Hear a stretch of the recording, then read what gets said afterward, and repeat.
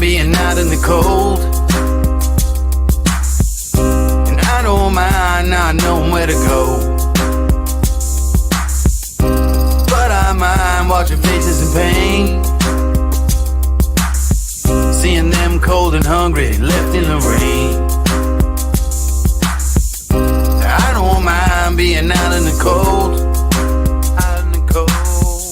And I don't mind not knowing where to go. Where do I go? But I mind watching faces in pain, seeing them cold and hungry, left in the rain. Yeah. I don't mind the path that I had to walk, and I don't mind all those words that I had to talk, and I don't mind all those flings that I had to fling, and some of those words I spoke I just had to sing. I just had to bring the best that I had to give, and being tested by these blessings that I had to live, changing dressings on the scars that I had within. It's a daily operation, you just gotta grin before it gets too grim and life pins you in. You gotta think like a shark and show your fins, whether alone in the dark or with an audience. Believe you're the hottest commodity since the iPhone lobotomy. You follow me? I'm hoping probably. I'm talking openly and don't know where the rope could be. The crosshairs, the red dot, or the poison drip. So take a message from this song, that's all I have to give. I don't mind being out in the cold, and I don't mind not knowing where to go. But I mind watching faces in pain, seeing them cold and hungry, left in the rain. I don't mind being out in the cold, and I don't mind not knowing where to go. But I mind watching faces in pain, seeing them cold and hungry, left in the rain.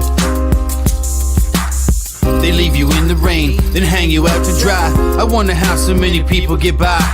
But then one day you wake up and start to realize that anyone you know could be called up at any time. Can't press rewind, can't flip the tape, so might as well not live in the past and dwell on hate.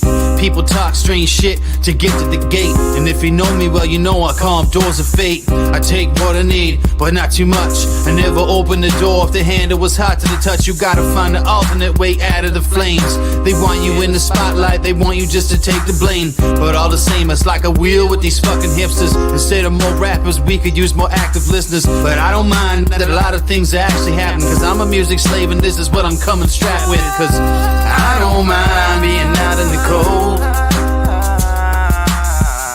and I don't mind not knowing where to go. But I mind watching faces in pain, seeing them cold and hungry, left in the rain. I don't mind being out in the cold, not knowing where to go. But I mind watching faces in pain, seeing them cold and hungry, left in the rain. I don't mind being out in the cold, and I don't mind not knowing where to go. But I mind watching faces in pain, seeing them cold and hungry, left in the rain.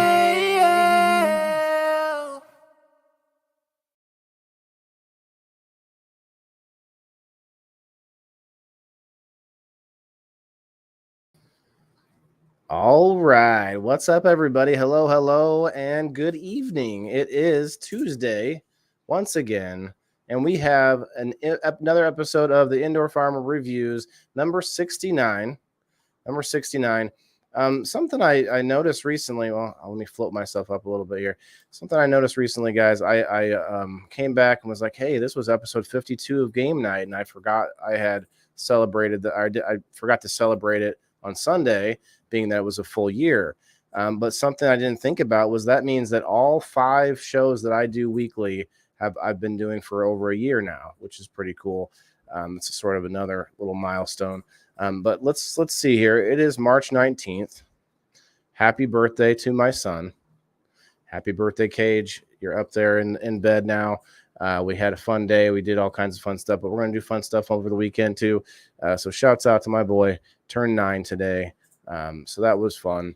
March 19th, guys. So if we could, had a little bit of a headache. Think I'm feeling better now. Take these off now.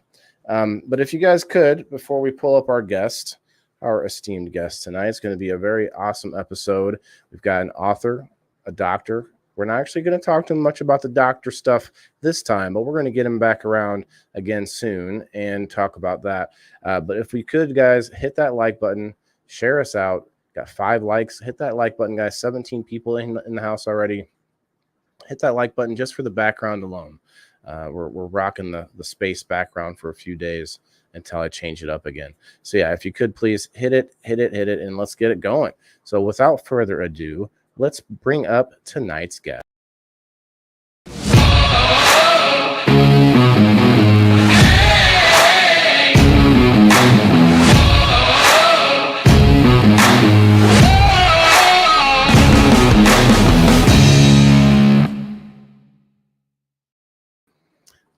All right, we've got Dr. Richard Olson. Rick, so I saw your reaction. I would always love to see the reaction when I make that intro for people. It was so hard to pick the pictures out for you. You're in your bat cave, like you said, and I was like, there's a lot of good Batman pictures here. We'll go over that obsession, I guess, at some point. But Rick, how are you, bro? Thanks for coming in. I'm doing great, and I actually feel special after those pictures, so thank you. I thought they had a good contrast to them, the first two. Yeah, bicycler to vets to books. My wife says I'm not a boring husband. Well, you're a man of many interests, and that's what I am into as well. But what I liked though is that you made that post and said that I'm I'm outstanding in my field, and I saw 2 pictures of you in a field. I was like, hey, we could use these too in reverse. It's funny. So let's see. It's Tuesday night. It's been a few weeks since I met you over at the I believe it was a Comic-Con, if I'm not mistaken. Was it Peoria Con? Peoria Con, yes. Okay. Because before that, there was another market that I had gone to. Some of them kind of bleed over in my head because I go to so many of these events. But it was an awesome event. When I met you there, I was like bombarded by a few other people that I thought would be really cool to have on. And so I'm really glad that we connected. Sometimes it's hard for me to make those connections after meeting so many people and having a stack of business cards, Good follow-up. Yes, and you are local. You're close by some, as far as in my area, the local Peoria area, and we actually have a pretty good sized Peoria area audience. It's just that we don't see a lot of them commenting. A lot of the people commenting are not from close by, but they are awesome members of my little community that I'm building here online, and a lot of them are my subscribers, and they're all over the internet here. We're live on not just Facebook. But we're live in the group on Facebook called Vet Codes. So it's a shouts out to Vet Codes. It's a veteran group to get veterans different giveaways and all kinds of perks and discounts. And so it's an awesome group. I've been going live in on Tuesdays and Thursdays, but we're also live on YouTube. We're on Twitch. We're on Kick. We're on X, and we're on Rumble, all live at the same time right now. And a lot of my friends here pop in all over the place, and they'll go back and forth. And thanks, Terry. So it's a live show. We are I'm gonna be interviewing you and seeing all kinds of ins and outs of what you do. But we do have the live audience there, so I might pop in every now and then to say something to people. So don't be alarmed. I sneak it in there, So let's hear it. I think you were talking about maybe doing a podcast, but have you ever been on any other shows like this? Well, obviously not just like this. You're a fairly sure. good person, so hey, and you really are outstanding in your field. So I thank you. Compliment you there.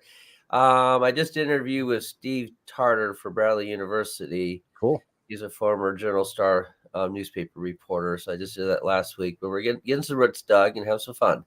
Awesome. So how long have you been an author? Because I assume that you've probably been a doctor a little bit longer. It takes a little longer to do that. Yeah, I really only started writing about 2.5 years ago. Actually, 3 years ago this month. I I had a dream. So I wrote it down and started my first novel, and I've had 3 books published since then. You said 3 years? I think 3 years this month.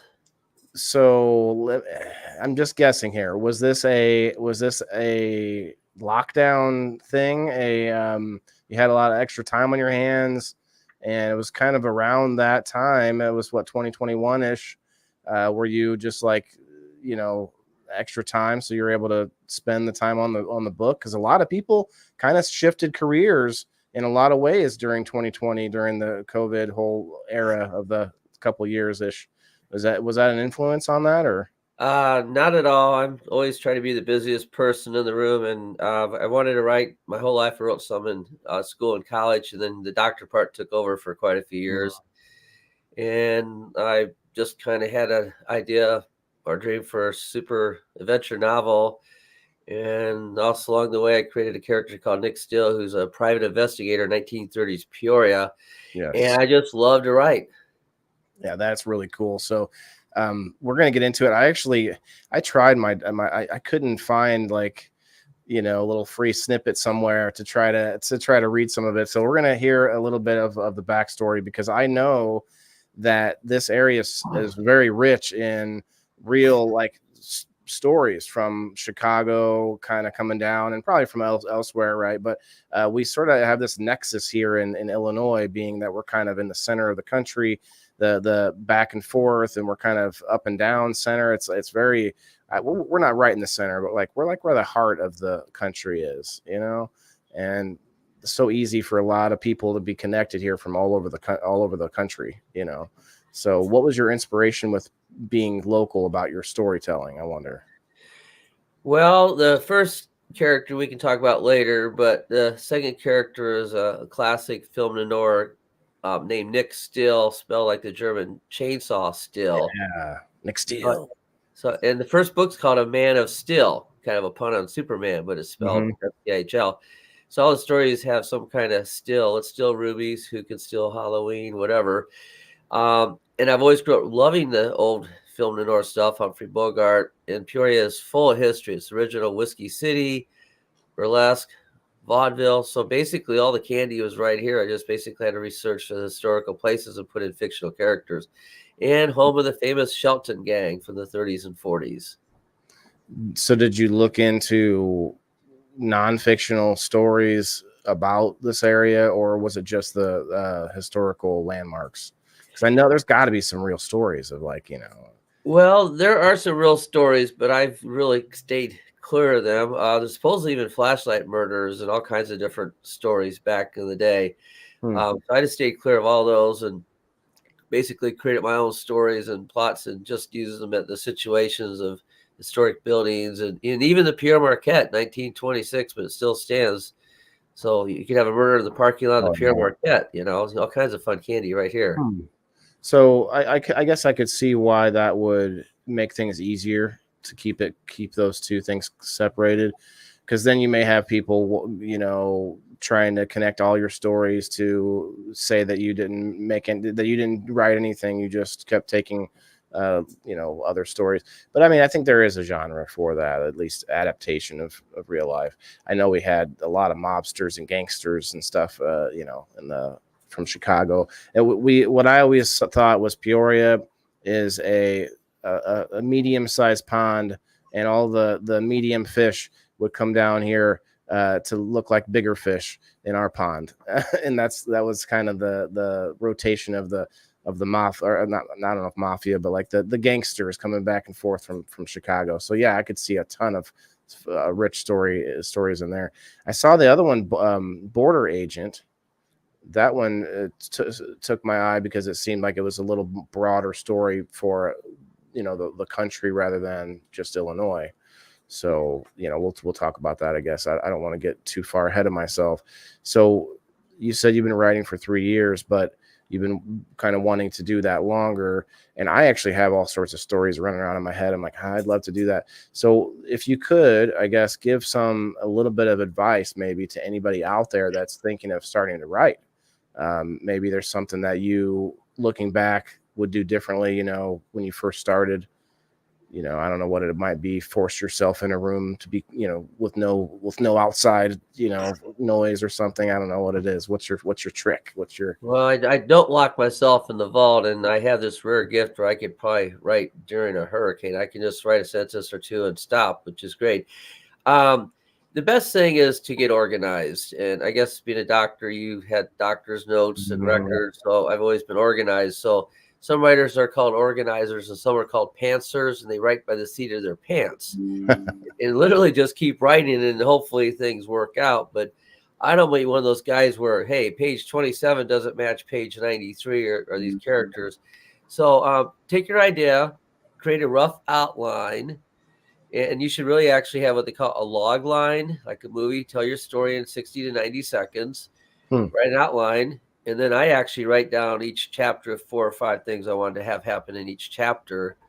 So it's pretty well formulated, but then as you write, extra stuff pops up, maybe a little idea pops up, or you magnify an idea.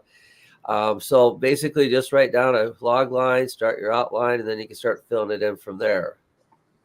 At least that's what works for me.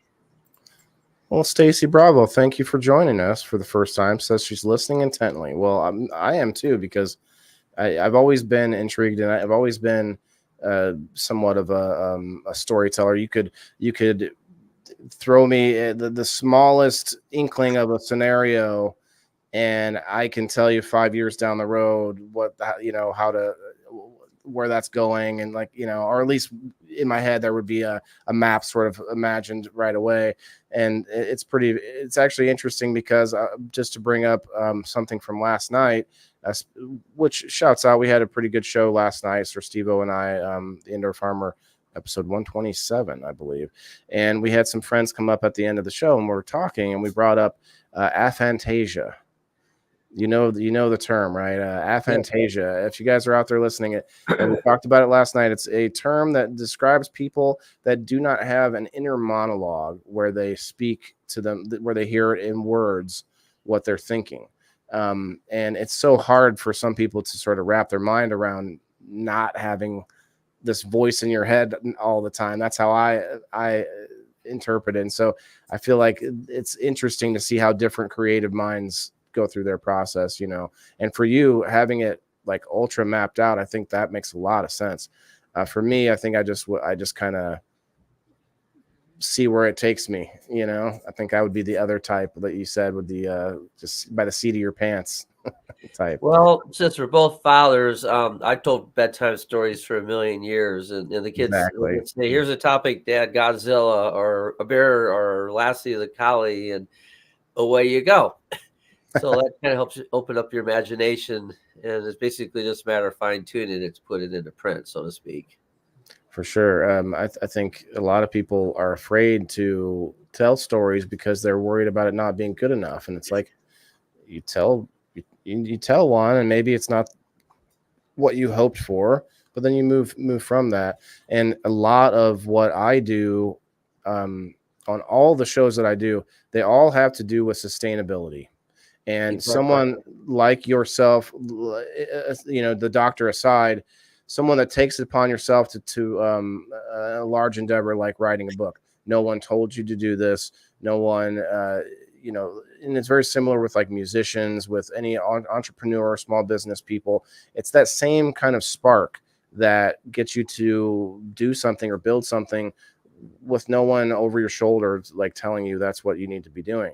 And that's what I love to talk to and sort of crisscross those different worlds, because somebody who is able to survive when things are tough is the same kind of spirit that you have to have when things are good, to do your own thing, build your own business, which, although, you have your own practice as well. So that's, it might be a little different in the medical field. We'll talk about that on a different date, but like, would you still consider yourself an entrepreneur as a doctor? It's a strange thought, but I guess maybe, it's your own practice, so it would be, but anyway, I digress on that one. Well, we'll save you, but being an entrepreneur is really being a self-starter. Exactly.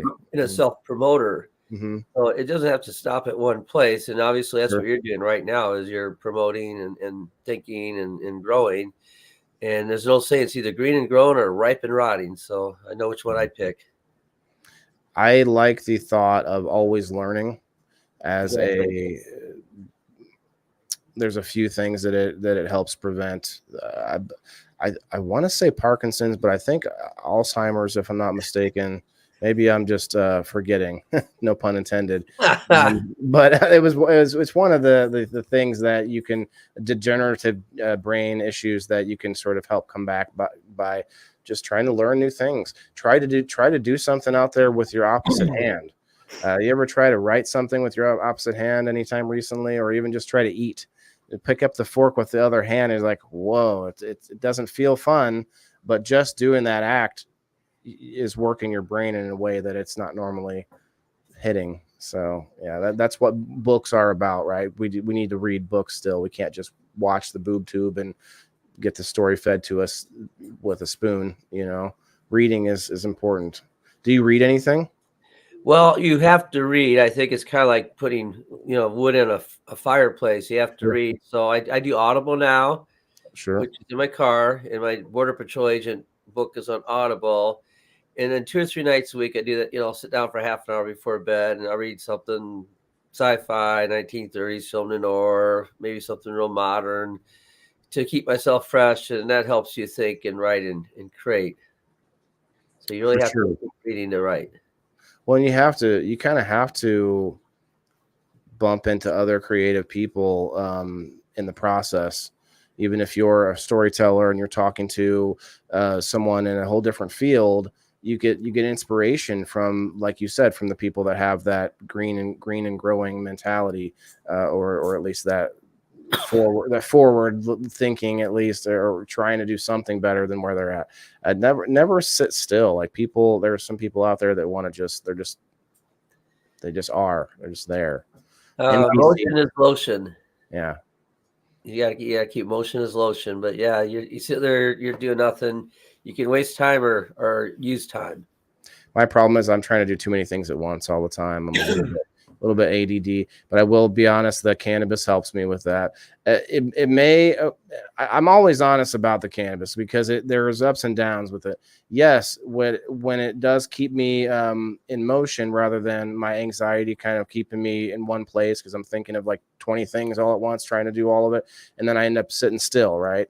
So the cannabis actually helps to get me moving. But I will be honest, guys, the cannabis sometimes will get me moving in the direction of something I want to do rather than something that I need to be doing.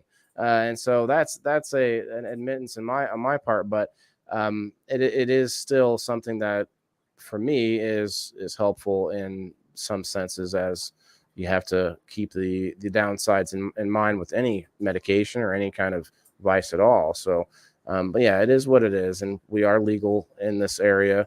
How do you? Well, never mind. I keep going to the doctor side. Like, what does he think about that? So I don't have to give you a doctor's note for your cannabis then? No, I won't need that. I am a medical patient, a disabled veteran, and all that good stuff, which isn't great. Never wanted to be, but here we are, and I grow it, and I've been learning to try to grow it better. Not the best at it yet, but I've got a couple of bags of some medicine, we'll call it. Enjoying Dr. Olson's book with the Peoria landmark features. Yes. Those are interesting because there are some really cool older landmark. A lot of older landmarks in Peoria, and you could even take it outside of the building side and go with Starved Rock and some of the sort of more natural landmarks even too. As I could see, my mind is just exploding with the whole area of different things that we have. I asked earlier though, I don't know if you answered it. What was your inspiration of picking this area? Like, just because you knew about it a lot, or because you wanted to do something with your local area? Was it like Well, to digress just a little bit, on one of the book is the cover of the Soderstrom Castle on Grandview Drive. Mm-hmm. And Dr. Soderstrom gave me a private tour and permission. So the third story is a Halloween party at the castle. Oh, nice. And it's pretty fun. I almost hate to tell much to give it away, but Yeah, don't tell us a whole bunch because we go to that one for Halloween every year. well, it's a costume party, and Yeah. there might be a Batman in it in Uh-oh. 1939. I kind of accidentally became a historian. I've even spoke at Bradley Ollie Group last week. So I like to know stuff about areas. I'm from the Quad Cities, which did have the Capone gang and Frank Nettie and Road to Perdition movie and stuff.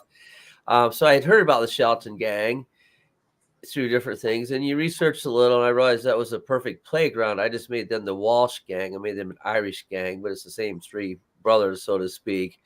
But there's just so much history. The more I studied, the more history there was. We were the whiskey capital of the world, the original Sin City, burlesque capital. So it's like all those tools are just literally in my backyard. So I just kept studying more than each story. I'll have a landmark or maybe an old band or something, and try to get young people to learn about Count Basie, Duke Ellington, or maybe an old joke or something.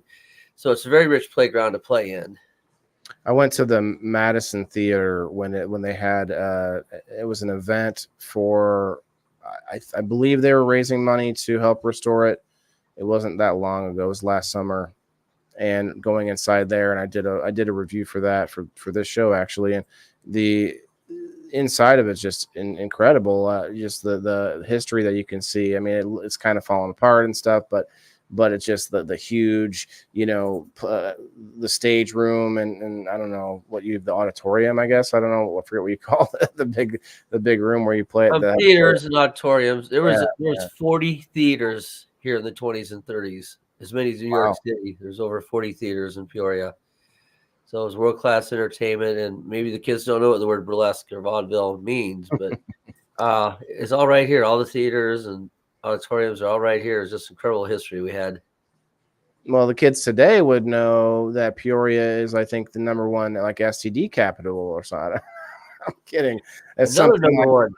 It wasn't good. I remember there was some numbers not too long ago that was like, oh, Peoria's getting up there, and some bad things too. Yeah, it is very weird with when you mention all of these historical monuments and different facts about Peoria. It's a little weird that we didn't get bigger than we are. It's almost like we were sort of kept in the back pocket of maybe Chicago or whatever. I'm not sure how it went, but I'm a history fan. I wouldn't say buff. I took world history.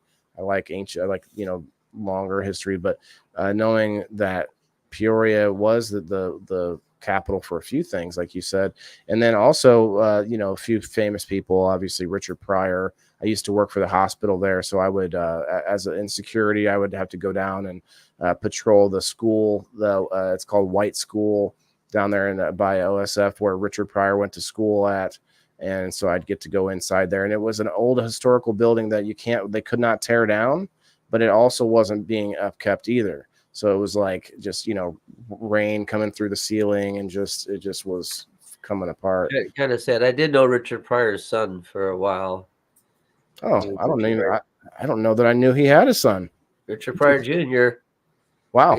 I guess he could be a whole nother podcast. Yeah. Well, I mean, I don't know. Did he do anything? Was he like into acting, or what did he do? I don't know. I haven't heard anything about him at all. Well, he was in the Navy, and he did female impersonations. He became a female impersonator for a few years. Interesting. And then he had an injury that kind of ended that career. So I don't know if I want to give a bunch of private stuff about him, but sure. Yeah, just in general. Some entertaining, perhaps in a dress, but still entertain, I'm sure. I see. Oh, that is interesting though. I never heard. I've heard many times where Richard Pryor's brought up in Peoria, and also the whole the phrase if it plays in Peoria, it's such a well known. That came from vaudeville. And the Fibber, McGee, and Molly show was from Peoria. Different national radio shows were from Peoria back then, or sponsored by PBR and stuff like that. So a lot of radio history too back then. So let's get into the stories. Obviously Cliff Notes. Just give us something to whet the palate. Maybe what would be first of all, what's the newest book that you might be pushing right now? Is there anything that you're actively trying to promote? Obviously, all of them, besides that, but usually there might be like the newest one, I guess, is a lot of times on the promotional block. Well, you have to stay ahead. I literally wrote for a year and a half and wrote almost 3 books before I released any of them. Because when the reader gets the book, they want the next book. They don't want to wait 2 years. So there's a third Nick Steele book right now, and the teases, the first episode is his very first case. And he rents a room at the Lehman building, and literally the janitor of the building gets framed for murder the very first night. So he just jumps right into action there, and we never stop. The Border Patrol agent is probably the newest material. That's 2030s, 10 years in the future. Oh, okay. I go from nickel phone calls and 38 revolvers to XM7 machine guns and tablets and texting, and it's 100 years apart. So my mom's like, you wrote these 2 different books, they're totally different styles, but you got to have something for the future. So my punchline for that is America needs a new hero. Chuck Norris has retired. Check out Scott Lund, Border Patrol agent. Okay. So that's that connection. The kind of you're sort of setting the bar for him by connecting that. Yeah, I could see that being a sort of a high bar to meet. So that's we'll see where that goes. Hopefully Border Patrol agent potential, but sure.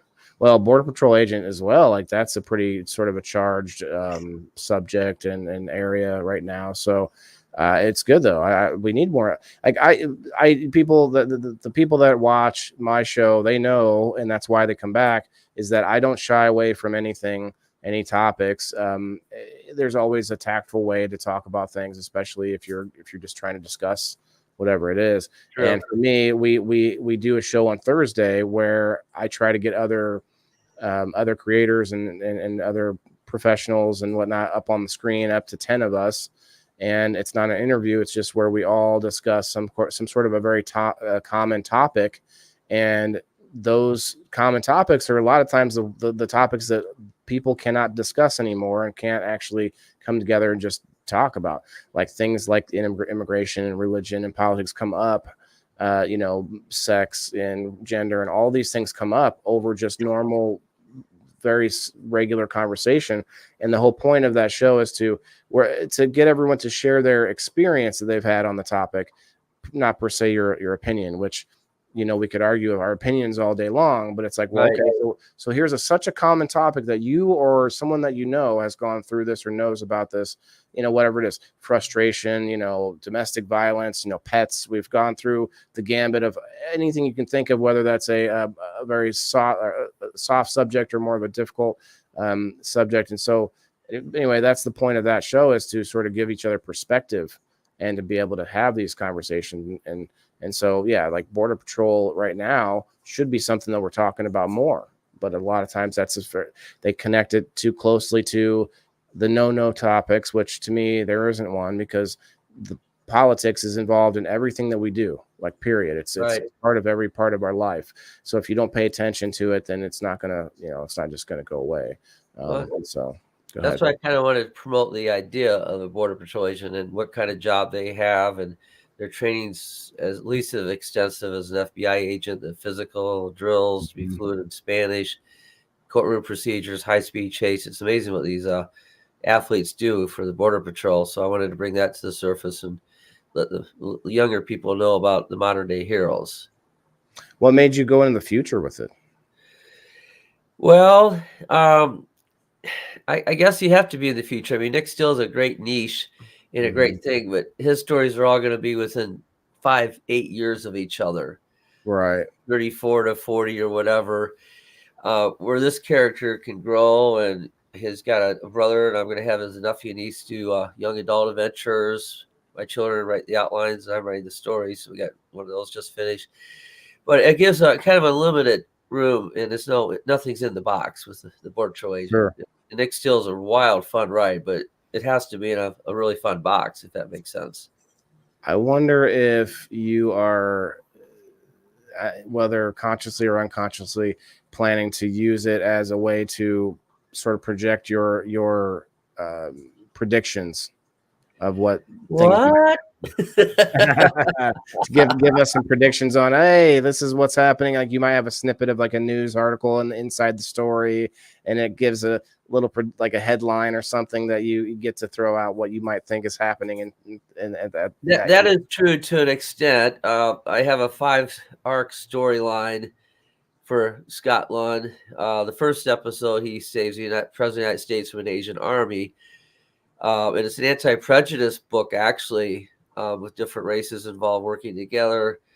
And the second book is probably more controversial, but the third book is actually anti-cartel and anti-opiate, because a lot of people are dying from synthetic opiates now, supercharged cocaine and different stuff, and people are dropping dead like flies. So the third book's a real statement against the cartels in Mexico and opiates and what they're doing to modern day people that they don't realize. So there's an underlying method to my madness. Sure, and I think I see the pattern. I like it, but there's just to add to that, the opium and the cartel issue. I brought up, we were talking recently, I forget what show it was, but there is this whole other side to this that people don't talk about, which is the fact that they will pressure, and I believe it's kept within Mexico right now. But as far as the pharmacies, the official, the legitimate pharmacies that are being at gunpoint being forced to carry illegitimate drugs. So they are making these fake pills, sometimes it's caffeine pills, sometimes they might be poisoned, or at least not good for you. And they are forcing these pharmacies to put them on the shelves and not say anything about them.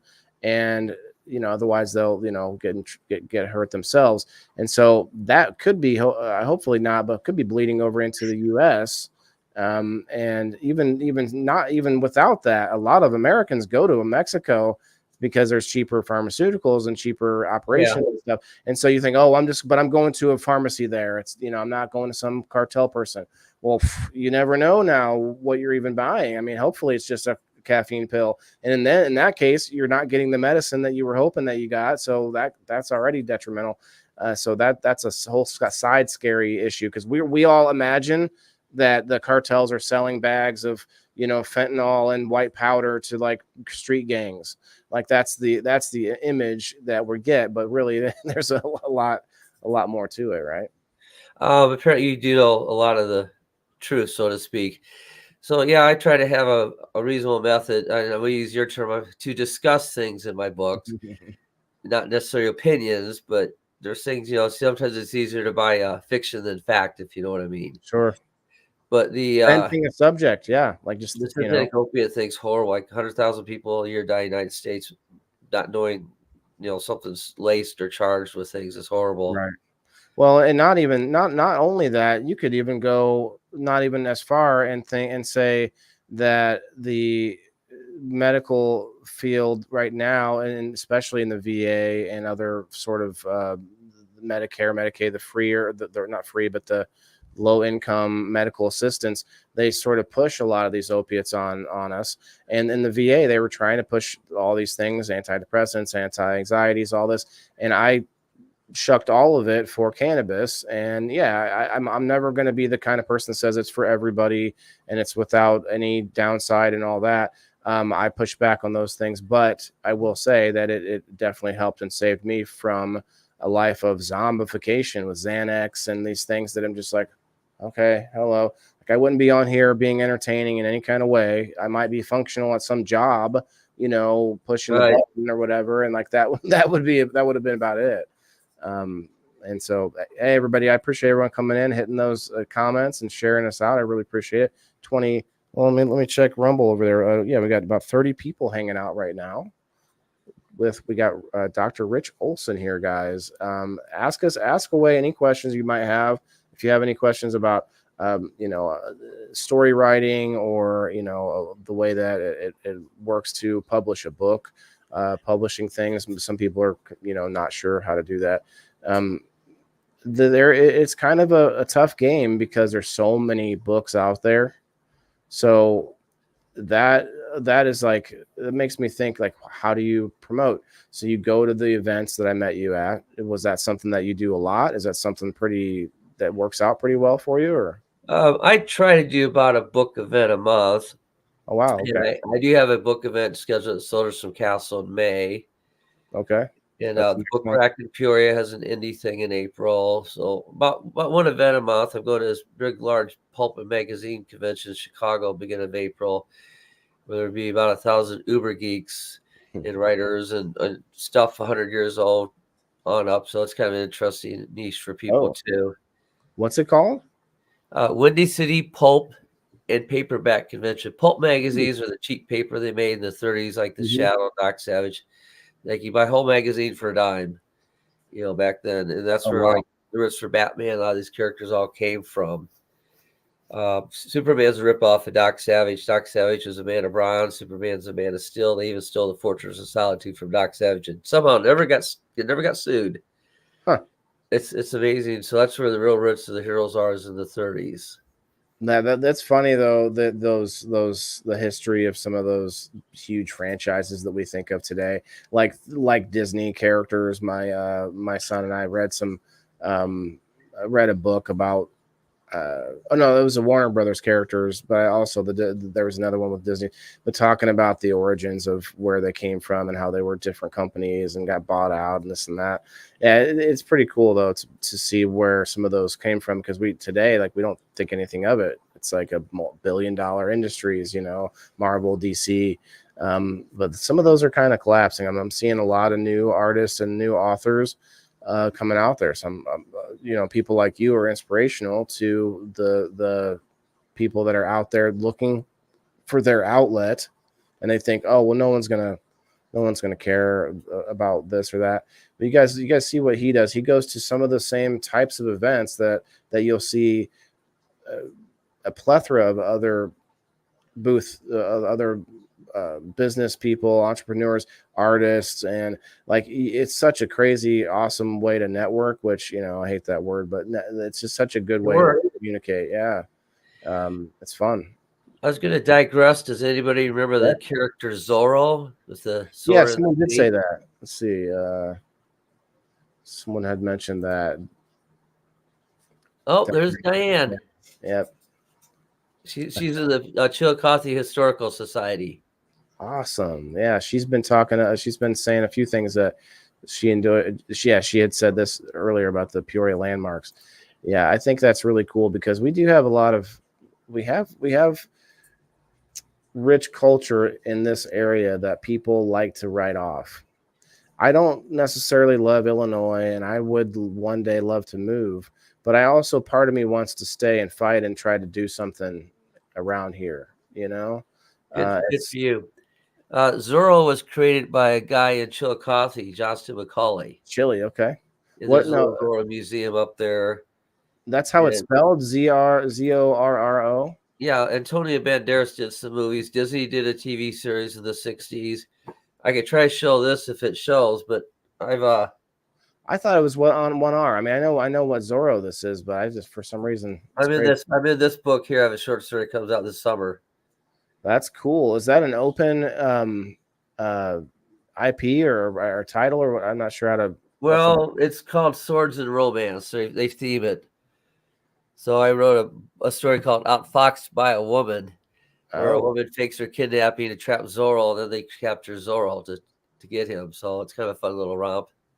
Interesting. Yep. She showed her, thigh high sock or whatever they have, the dresses that they wore then, and Zorro fell for it.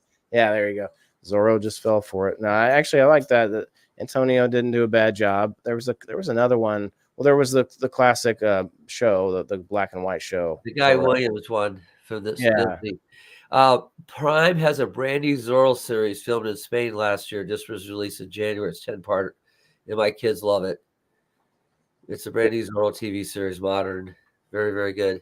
Oh, that's cool. Yeah, I like when they combine them. It seems like a lot of the storytelling nowadays, though, is so. It's like all the stories are already told, so they just keep trying to rehash old stories, especially Hollywood. They don't have any Hollywood. It's nothing new. I'm going to tell, when I get off when we're not live anymore, I'm going to tell you a couple of the stories I have, because I would love for somebody to take off with them. I don't think I'll ever get to writing the stories, but I have a couple of really good ones I think are good. Hey, what's up, Sir Steve-O? Thanks for that @followers, brother. Guys, if we want to, I would like to purchase a book. What's a good book that you think that would be that you want the audience to read? Well, that's a great question. It depends on the audience. I mean, the 30s characters, great in Peoria, but the Border Patrol agents, the future and over the top. So if you want, if you want modern, you go to the Border Patrol agent. Are they similar price? I mean, because we could just give the person I might do a giveaway here, and they could have the option. Yeah, I think 2 books are 20, the other's 23, so there's really no difference in price. So yeah, not much different. Yeah, let's do that for fun, and maybe get some people reading and get something out there for you. I'm gonna put up a hashtag, you guys, and we'll get a winner tonight. And by the way, we're coming up to about 50 minutes. You know, let me know if you got to go. You know, I like to let us get off topic as much as possible, but then we're going to come back and really hit specifics on where you want people to find you, like what's the best place to buy your stuff, and all of those things too. But we're going to do this real quick. Actually, go ahead and talk about that if you want while I get this giveaway pulled up. Oh, thank you for that. I love to share and get people's input too. For good and bad, the best place in the world is Amazon, which actually started out as a bookstore before it became the mega super company it is. Buying Amazon does help me organically, helps me with ratings. And if you really want to review the book on Amazon, you have to buy it on Amazon. But I mean, everybody has it. Barnes & Noble, you can order it through the publishers. Bold Venture Press publishes a Zorro book. They've also published by Nick Steele out of Florida. They're a great company. And they do some really kick butt art. If you see the art of my covers, Dorrance is a classic publisher from Pittsburgh for 100 years. They did the first book. But really, Amazon is almost the best way just to get it out there and help my ratings and stuff like that. You have audio books of any kind? Yeah, the Border Patrol Agent's an Audible book. That's right. Okay, I think you told me that. Okay.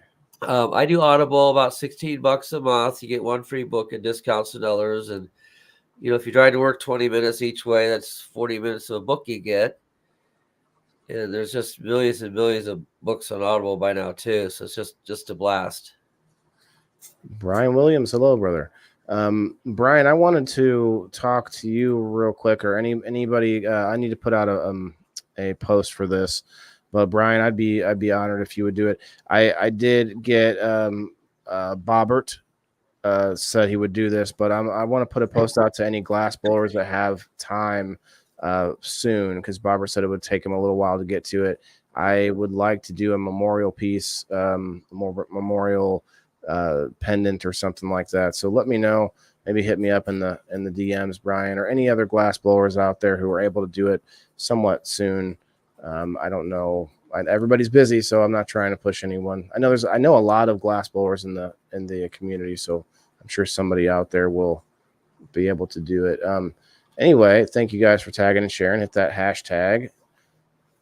Dr. Rick, gonna get a book out there to somebody, and hopefully, maybe they'll read it and then give us some feedback. If you guys are out there, you like books, and you definitely want to read either one of them, really. I like the concept either way. I'm more of a future kind of guy. I like history, but when I'm reading fiction, I like to read something, in the future for some reason. I don't know. Well, the Border Patrol Agent is kind of a modern stupid adventure. You'd be an ex-military, you'd probably love it. They even have SWAT teams in the first story, National Guardsmen, all kinds of wild stuff. Yeah, I feel like that would be up my alley. Yeah. All right. Heck yeah, guys. Thank you for hashtagging. Let's see. We are coming up to the hour mark. I actually forgot my drink in the other room. I'd like to find some way to. I don't really have any commercials to play or anything. We do a game night on Sundays, and I can tell a joke. that would be fine. But I was just going to tell you that we do a game night on Sundays. And I have a bunch of sponsors on Sundays, and so later on this show, I do a sponsored spotlight for one of those at random, one of my sponsors there. So I have that to play later. But yeah, let's hear a joke. Call me tomorrow. I can help. I'm down. Okay, heck yeah. Yeah, I'm just hoping within the next couple weeks, maybe, Brian. I appreciate it. I will be right back. 1 second. I can still hear it though. I want to hear this joke. Thanks. Okay. Well, I write 1930s jokes and then modern day jokes, and honestly, sometimes I borrow the joke, but Pabst Blue Ribbon was a brewery in Peoria for years, and the heroes are having lunch, and the manager comes in. He said, "Oh man, I had a terrible day. What happened?" He said, "One of my foremen was working on a vat of beer, and he fell in and he drowned." They're like, "Oh, I'm so sorry to hear it," says Nick and his buddy Sam. And the foreman says, "No, it gets worse. I had to go to the guy's house and tell his wife." "How'd that go over?" And the wife said, "Did he suffer much?" The former manager said, "I don't know, but he got out 3 times to take a pee."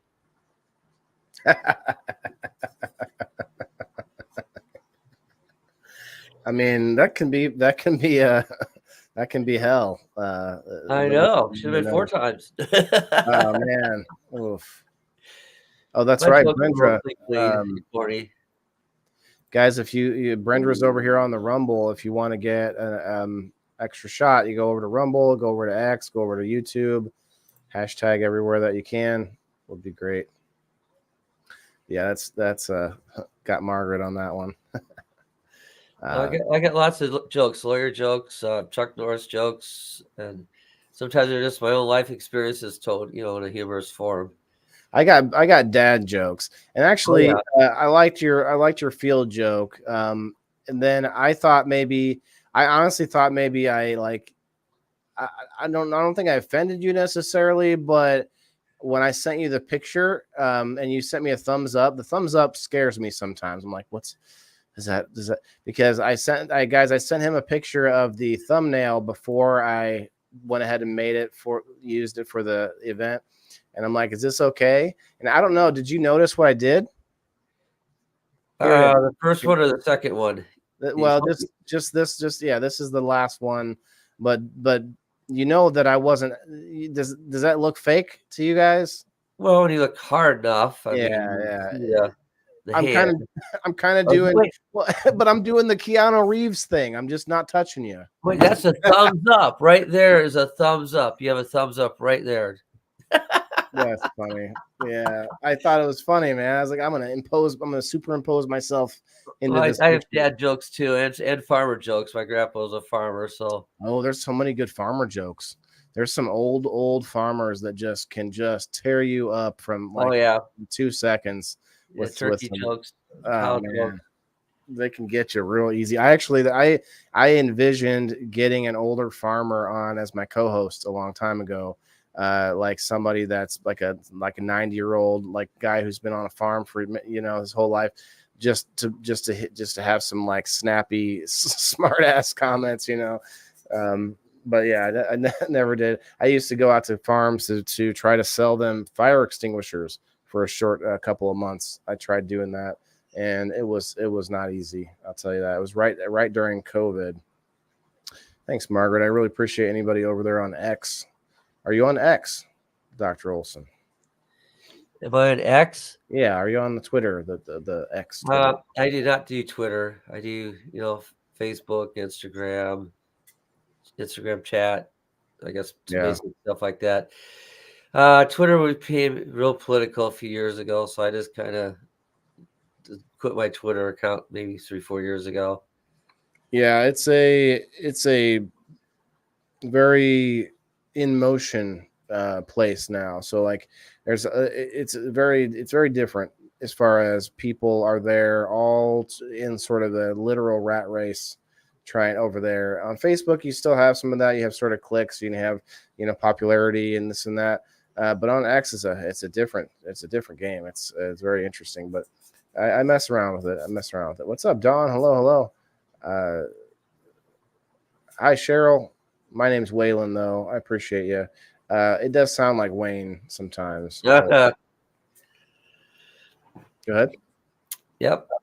Oh, guys, the hashtag, if you're wondering what the hashtag is for, it's going to be of your choice of at least the 3 books.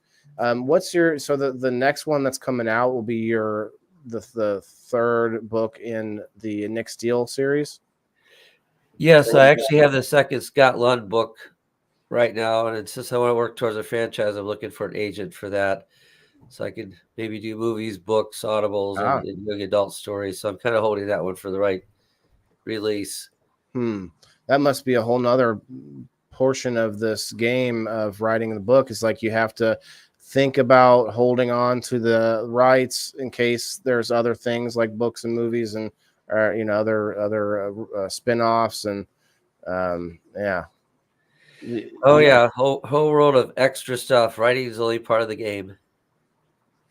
So have you thought which one of these would be your pick of like a movie? If there would be like some kind of like full on, high budget, whatever.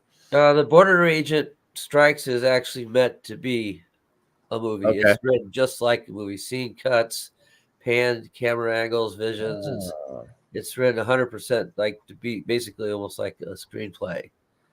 I see where you're going with it then. I think that's smart. I mean, it's, you can only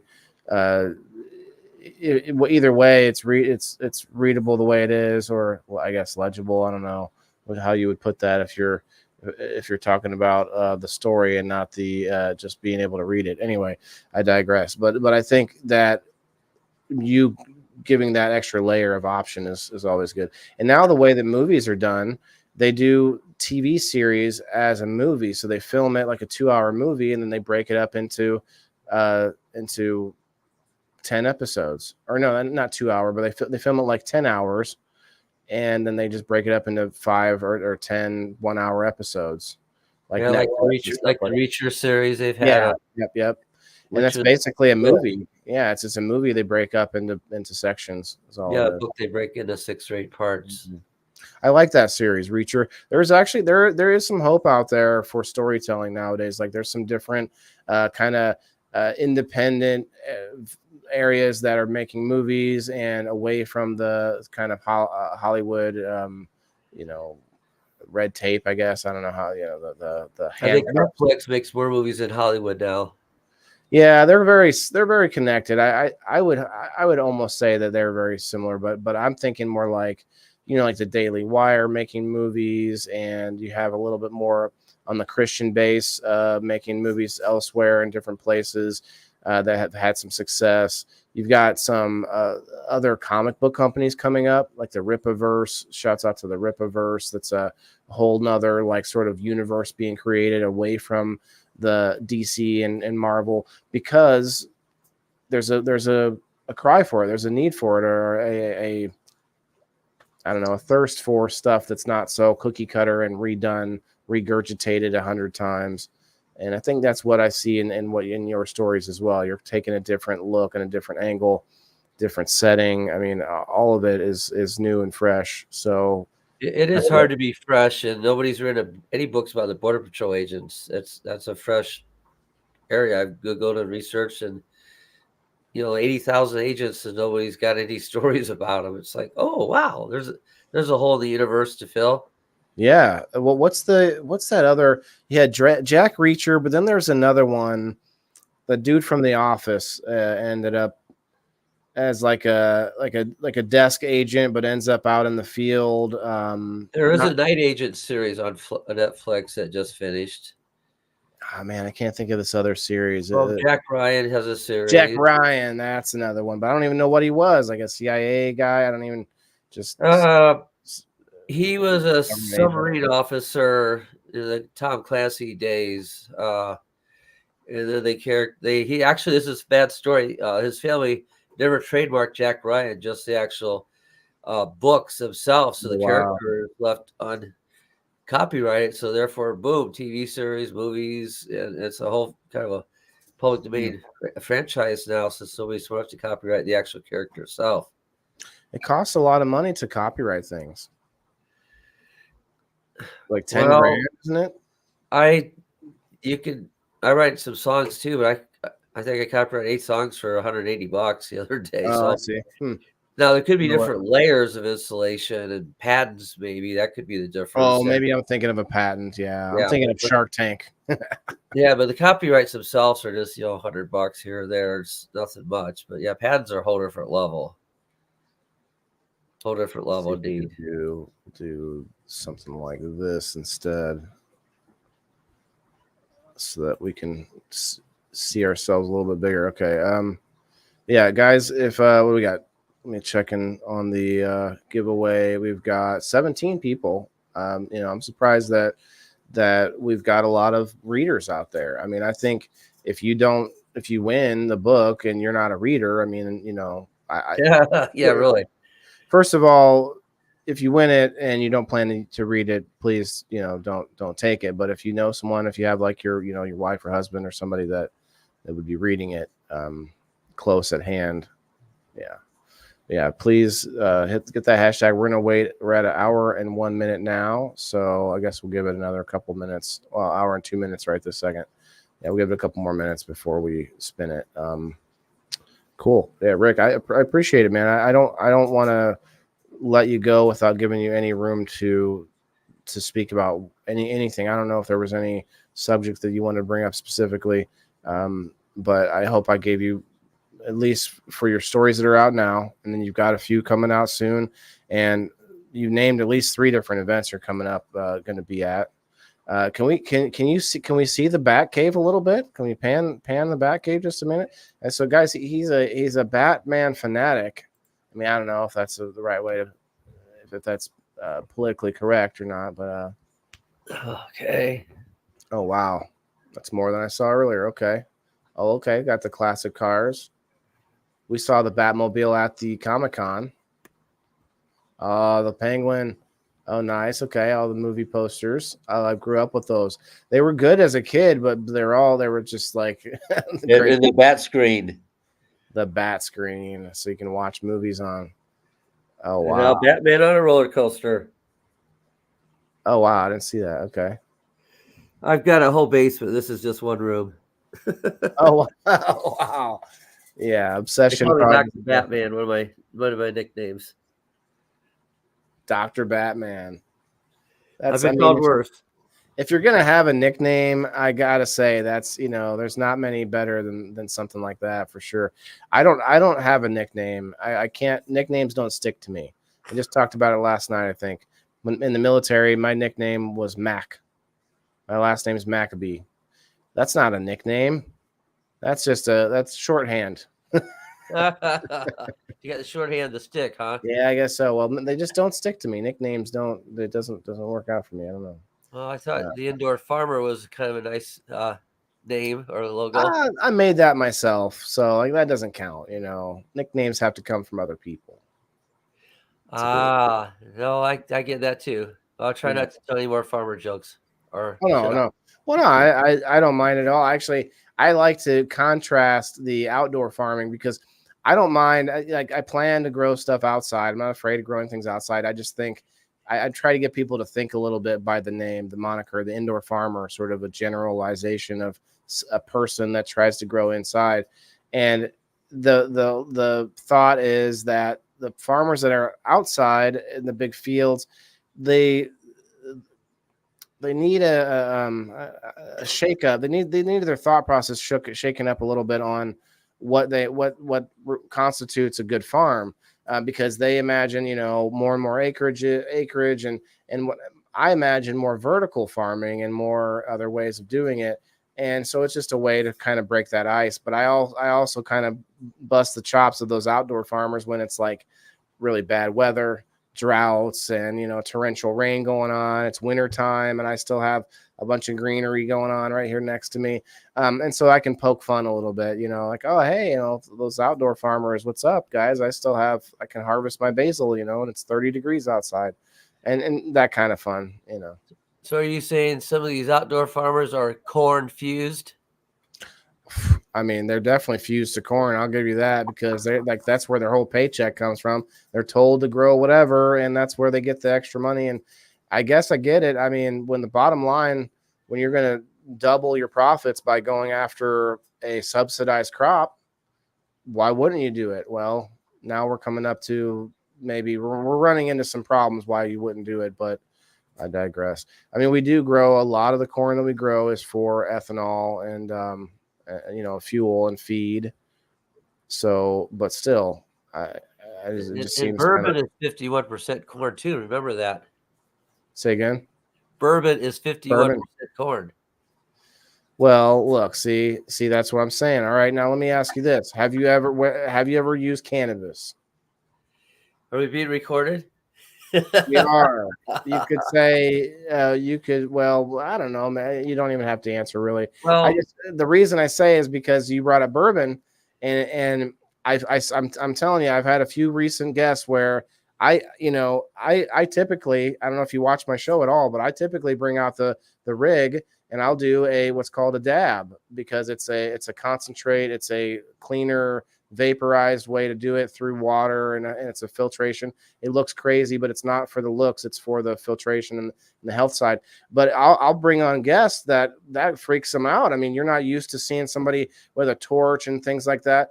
But if I brought out a bottle of bourbon or a bottle of whatever, Jack or something, it wouldn't even be nearly the shock. Nothing against you. It's just it was a good moment for me to bring it up, because that's one of the things I'm fighting. I'm pushing sustainability and sort of everything around that. And I'm trying to push the normalization of using cannabis as a medicine with the maturity of an adult and all the things. I'm not going anywhere. I'm at home. It's nighttime. All those things. Obviously, all those caveats. And so, what do you think about it? Maybe just you don't even have to say whether you used it, but what are your thoughts?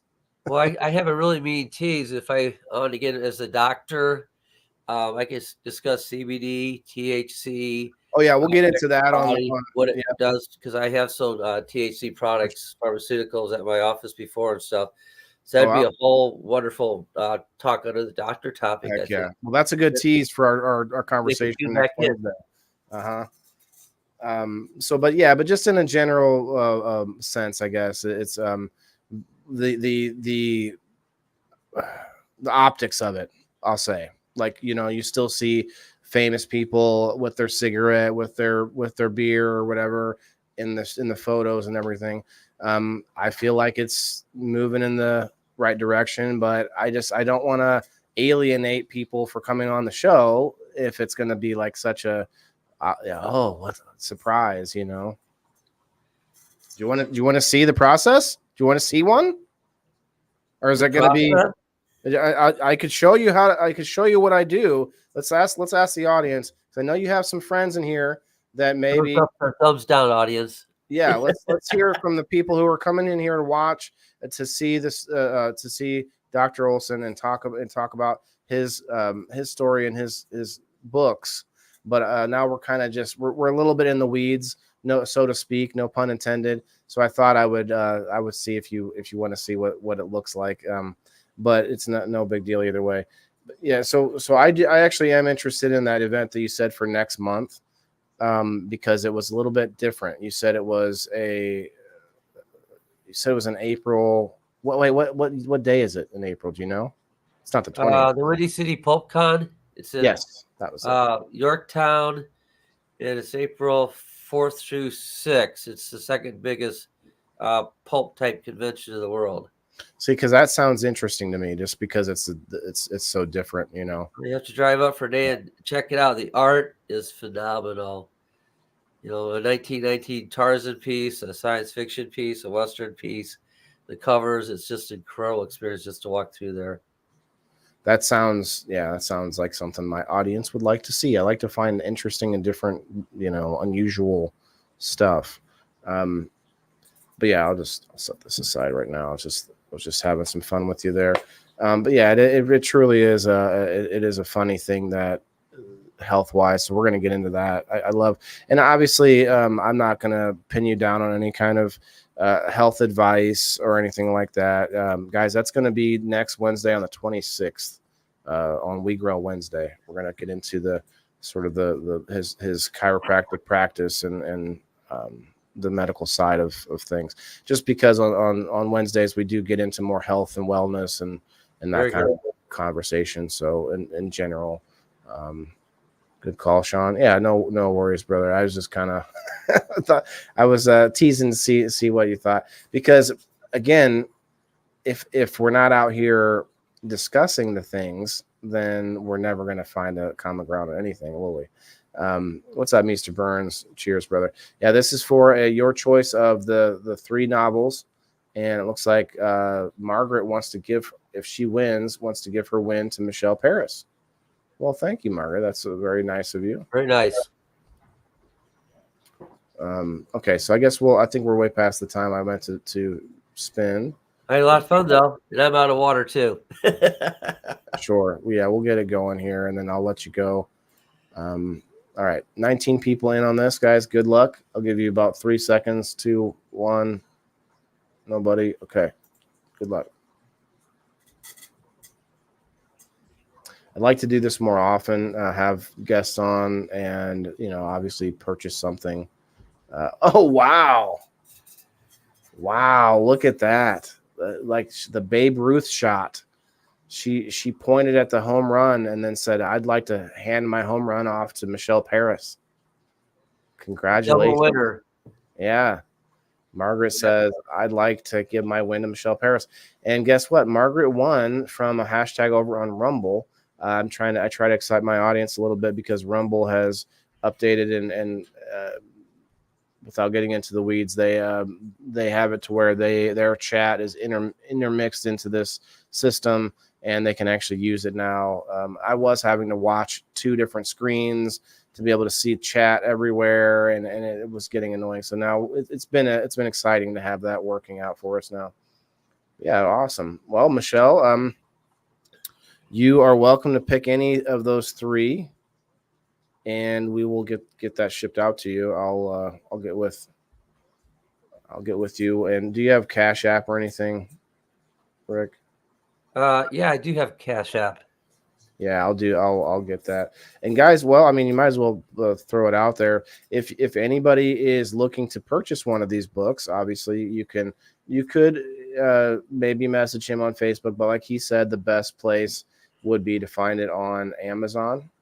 And what about, is it on what's this app? I used to buy digital books on my phone. Is it the Apple Books? There's Apple Book. Yeah, there's Apple Book. If you do Facebook, it's Dr. Richard A. Olson, author.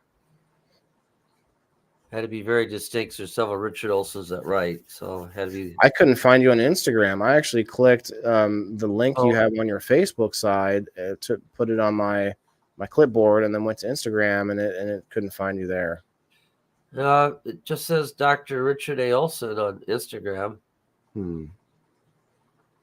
Well, I'm sure we could connect some more on our own time. Yeah. I don't know if I can send you an actual request. I could try to get you to request an Instagram. I'll do it for you. It was just it was weird to me, because I actually clicked in your bio on Facebook there. It says, and you click it and it says copied to clipboard, and then I will go over to Instagram and paste, and nope.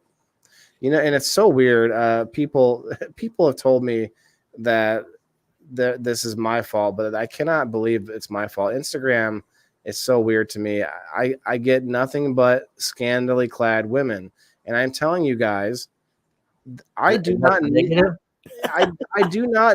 Instagram for that. Like, we'll leave it at that. We'll just leave it at that. I'm just saying, like, when I tell you that's not what I get on Instagram for, I'm not lying, because I can tell you there's plenty of other places for those things. But it's just weird that my algorithm, like, there's this kid's fighting with a tiger, and that's not something I don't go looking at Instagram at all. It's just a weird algorithm. It's become the way. I also have a website, drrichardaolson.com, which would have links to the books and stuff. Yes. Okay. That's what I'm talking about. If you have a website. Yeah, drrichardaolson.com. That's what we should push people to. Why don't we pull that up here? I'll pull up the website real quick. And then if you're wanting to get out of here. We definitely don't want to hold you too long. But I'm sorry, one more time, Dr. Richard A. Olson. Yeah, .com. Okay. Is it DR or is it spelled out? DR, then Richard A. Olson.com.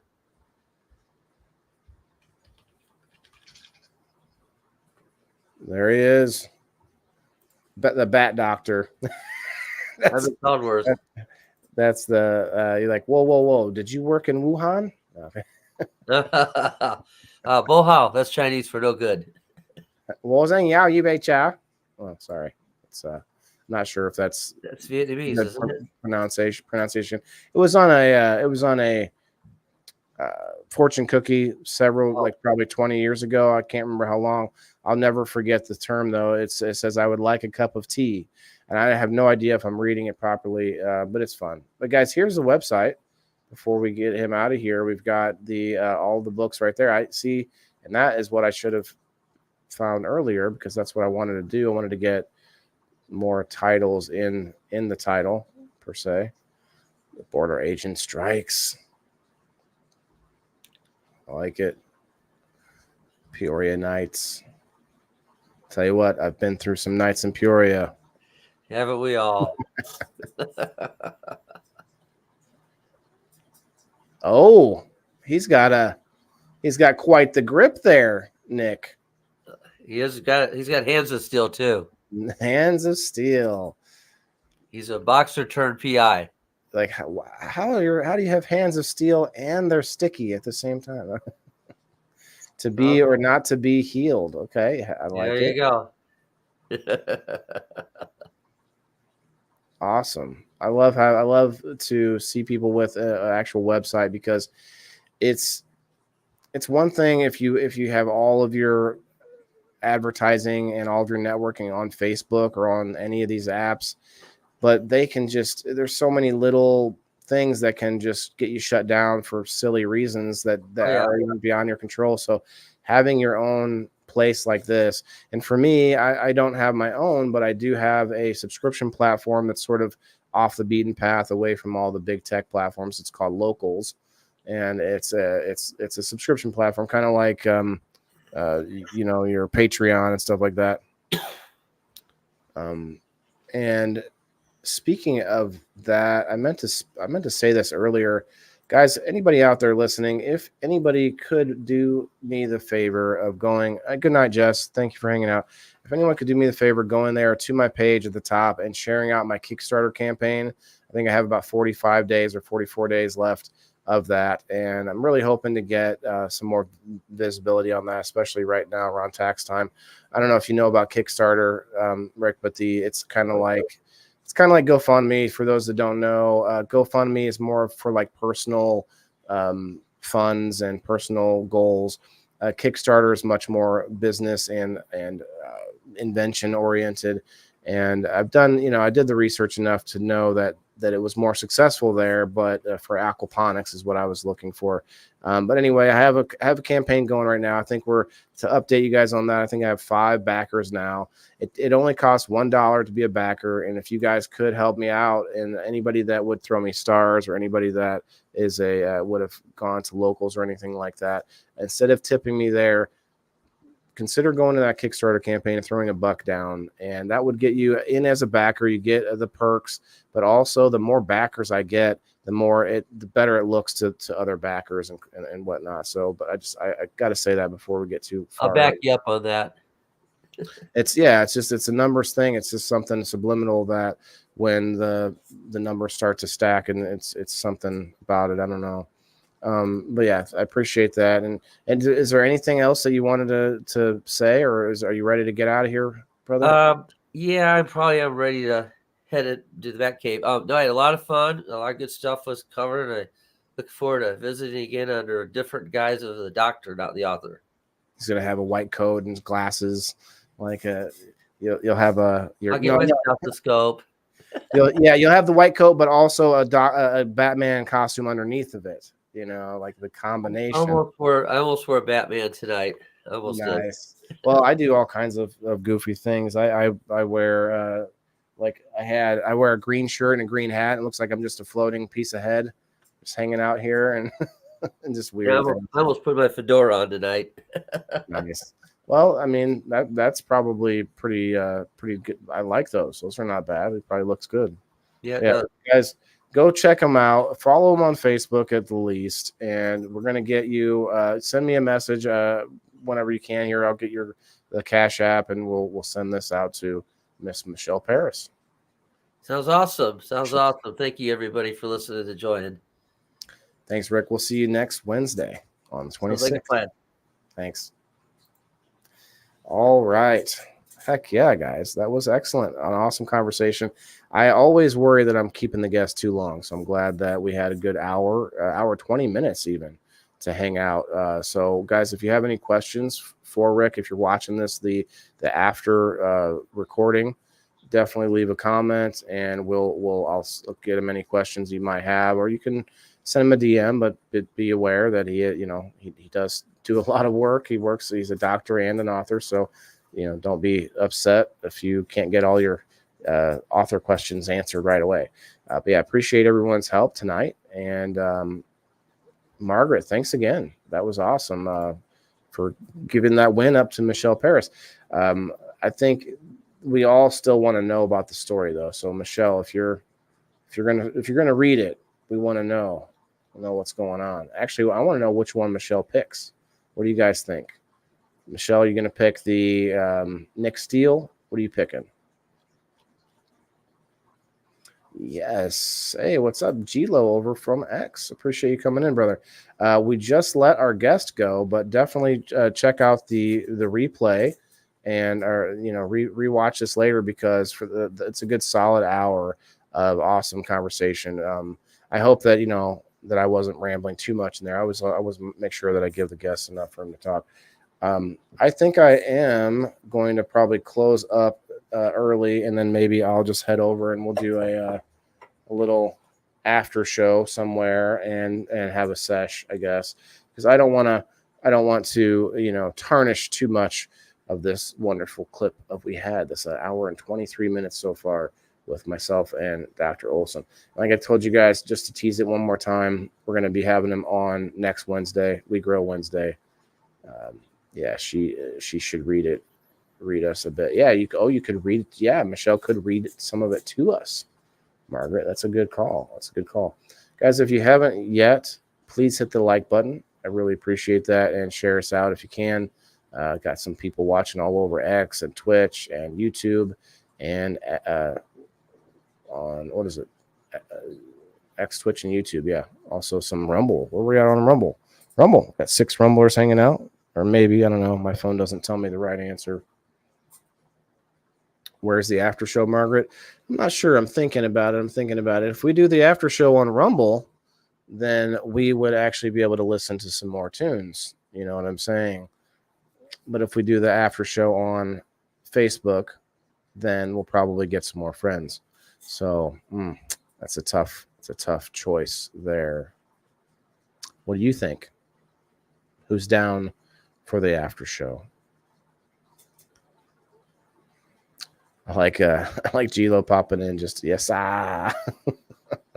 You still out there, G-Lo? X, man, X is crazy. It says that we've had 20 people pop through X. I can't tell if anyone's there. It's just the way that they change their numbers. It's crazy. Yeah, it's good talk, guys. Good talk. Oh, you are still there, G-Lo. What's up, brother? I'm trying to decide where to go. After this. We're going to continue. We're going to do another little stream somewhere. Let's go to Rumble. Like to give away a danky doozy. Oh, wow. X runs total views now. Yeah, I don't like it. I really don't, because I'm going to multiple platforms. So it really throws a wrench. If I was only live on X, then it would be fine. I wouldn't pay attention to the number. But for me, I have to then go up here. I have to move my mouse up here and see, okay, we've got 1 there, 9 there, 1 there, 7 there. And then it says we had 20 come through X at some point or another. Like, just it throws a wrench in my mix for sure. Nobody, what's up? Still here? Okay. Heck yeah. It's a cheap trick to fool noobs. Yeah. I guess so. But like, how long before that goes from fooling you to just frustrating you as a noob? You know, I don't know, because you can talk like everybody's there watching, but when you're not getting any of those live comments, it seems kind of weird.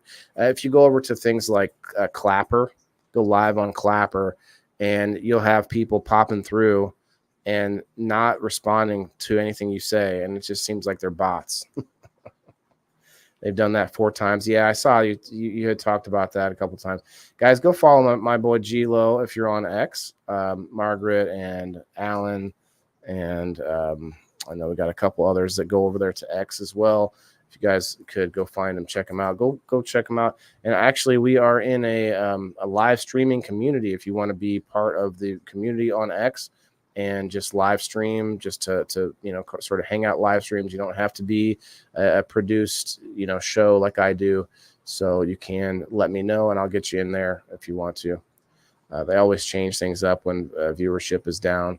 Yeah, they change it up to like I think it, and it works in this sense. It makes you excited to come back and check it out and see if you can find a loophole or find a quick, some kind of a quick route. But yeah, I can see that.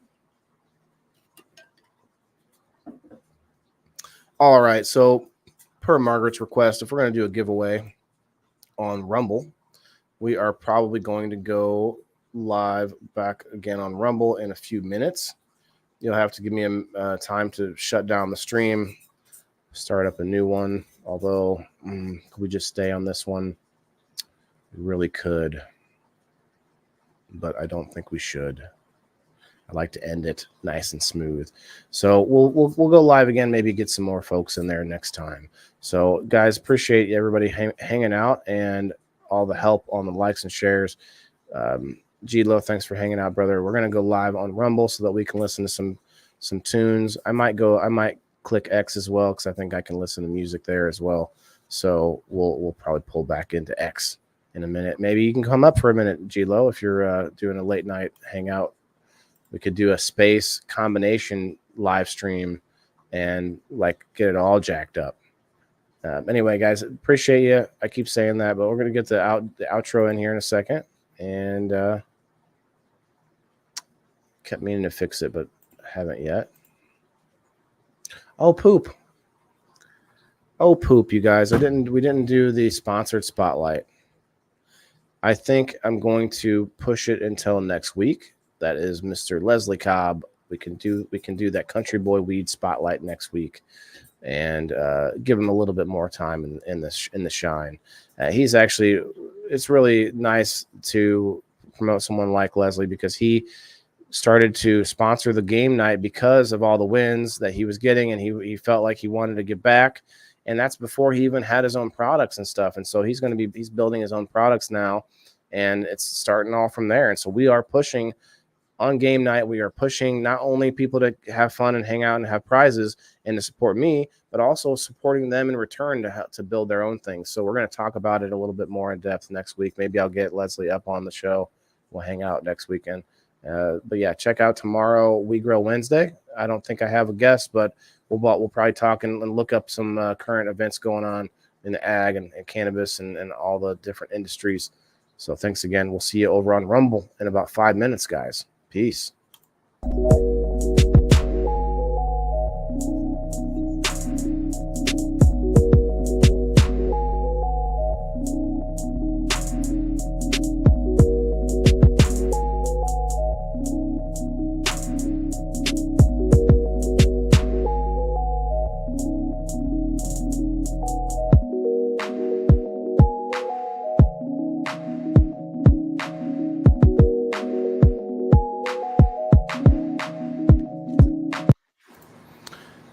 Remember, everybody, every single person on the planet has to eat, which means that we have to be sustainable. We have to be, the type of person that can do it yourself sometimes.